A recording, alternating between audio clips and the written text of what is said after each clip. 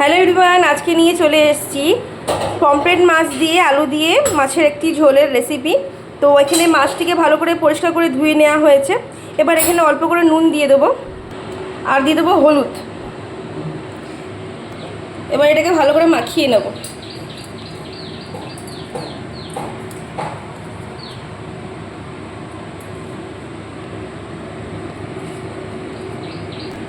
আমার এখানে মাছটা ভালো করে নুন হলুদ দিয়ে মাখিয়ে নিয়েছি। এখানে সর্ষের তেল দেবো কড়াইয়ে। তেলটাকে ভালো করে গরম করে নেব। এখানে তেল আমি একদম ভালোভাবে গরম করে নিয়েছি। এবার আমি মাছগুলোকে দিয়ে দেবো।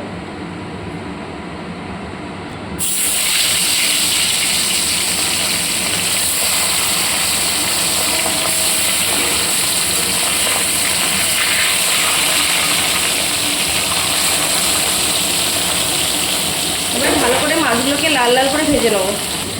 মাছ ভাজার সময় গ্যাসটাকে বাড়িয়ে রাখবো, হ্যাঁ। আর এদিকে একটা এরকম সাইজের একটা টমেটো কেটে নিয়েছি। আর আলুগুলো এরকম লম্বা লম্বা করে ভালো করে কেটে নেবো। জল দিয়ে ভালো করে ধুয়ে জল ঝরিয়ে রাখবো। এখানে গোটা জিরে নিয়ে নিয়েছি এই পরিমাণে। জিরে দিয়ে দেবো। আমরা যেরকম ঝাল খাই সেরকম আমরা শুকনো লঙ্কা দিয়ে দিলাম 8টা। 500 পমফ্রেট মাছের ঝোলের রেসিপি দেখাচ্ছি। আমি এতটা পরিমাণে আদা দিয়ে দেবো। আমি 3খানা ছোটো সাইজের পেঁয়াজ নিয়ে নিয়েছি। এর মধ্যে রসুন পড়ে না, আর আপনার ধনে দিই না, আমরা ধনেও দিই না, রসুনও দিই না। আমরা পেঁয়াজগুলো দিয়ে দেবো। এবার এটাকে বেটে নেবো। ওখানে এই মশলাটা বাটা হচ্ছে, আমি এদিকে মাছটাকে ভালো করে উল্টে নিয়ে ভালোভাবে ভেজে নেবো লাল লাল করে। তো আমার এই মাছগুলো ভাজা হয়ে গেছে। বাকি যে মাছগুলো আছে সেগুলো ভেজে নেবো।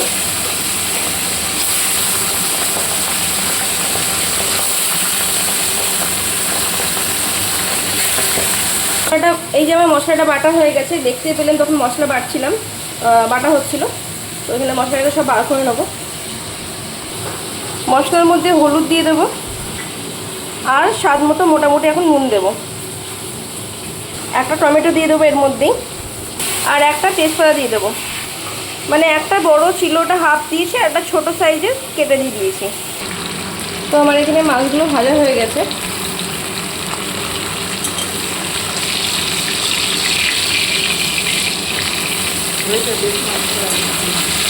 এই মাছগুলো তুলে নেবো। এবার কড়াইয়ে আমি কিছুটা পরিমাণে তেল দিয়ে দেবো। আমার একটু তেল লাগবে। এবার তেলটা একটু গরম হয়ে এলে এর মধ্যে চিনিটা দিয়ে দেবো। অল্প চিনি দেবো। এবার অল্প কালো জিরে দিয়ে দেবো। দেখুন চিনিটা পুড়ে উঠছে ঠিক এই মুহূর্তে। একটা শুকনো লঙ্কা 2 ভাগ করে রেখেছিলাম, সেটা দিয়ে দেবো। এবার এই আলুগুলো দিয়ে দেবো।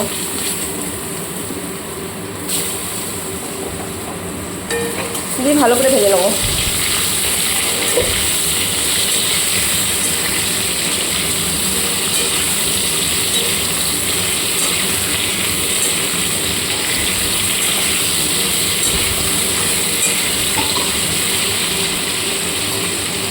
এবার আলুটাকে ঢাকা দিয়ে লাল করে ভাজতে দেবো। গ্যাসটা কমিয়ে দেবো, হ্যাঁ। তো আমার আলুগুলো লাল করে ভাজা হয়ে গেছে। এবার এই যে মশলাটা, এই মশলাগুলো এবার দিয়ে দেবো।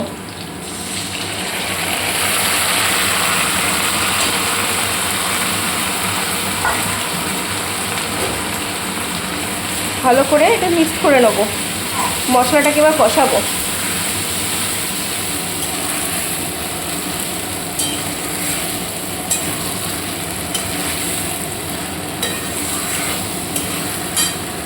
এবার এটাকে ঢাকা দিয়ে খানিকক্ষণ কষতে দেবো, আর গ্যাসটাকে একবারে কমিয়ে দেবো। ঢাকনাটাকে ভালো করে খুলে নিয়ে ভালো করে নেড়ে নিতে হবে। মাঝে মাঝে এভাবেই ঢাকনা খুলে মশলাটা কিন্তু নাড়াচাড়া করে এভাবে কষাতে হবে ভালো করে। তো আমার এখানে মশলাটা ভালোভাবে কষানো হয়ে গেছে। এবার আমি জল দিয়ে দেবো।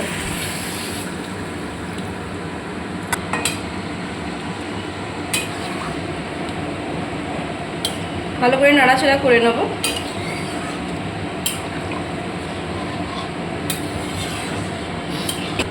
তো আপনি যেরকম পরিমাণে ঝোল রাখতে চাইবেন সেরকম জল দেবেন। এখানে আলুগুলো এখন সেদ্ধ হওয়ার আছে, তাই আমি আরেকটু জল দিয়ে দিলাম। এবার ঢাকা দিয়ে এটাকে সেদ্ধ হওয়ার জন্য ছেড়ে দেবো। গ্যাসটাকে এই মুহূর্তে একটু মতো ওই 1 মিনিট মতো একটু বাড়িয়ে রাখবো যাতে ঝোলটা ফুটে যায়, তারপর আবার কমিয়ে দেবো। এবার একবার দেখে নেব যে আলুগুলো সেদ্ধ হয়েছে কিনা। ঝোল তো আমার ফুটে গেছে, আর দেখুন ঝোলটা অনেক পরিমাণে কমে গেছে।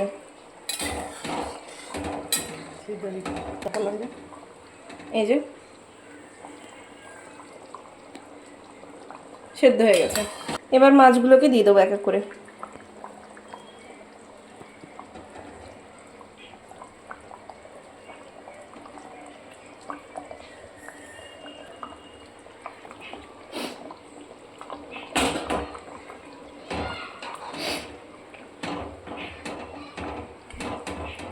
এবার মাছগুলোকে দিয়ে কিছুক্ষণ আরও ফুটতে দেবো।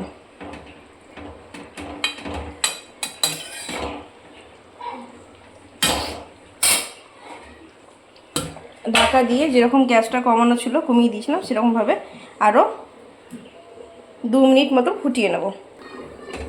আমার মাছের ঝোল দেখুন ফুটে গেছে, 2 মিনিট মতো ফুটিয়ে চলে এসেছি।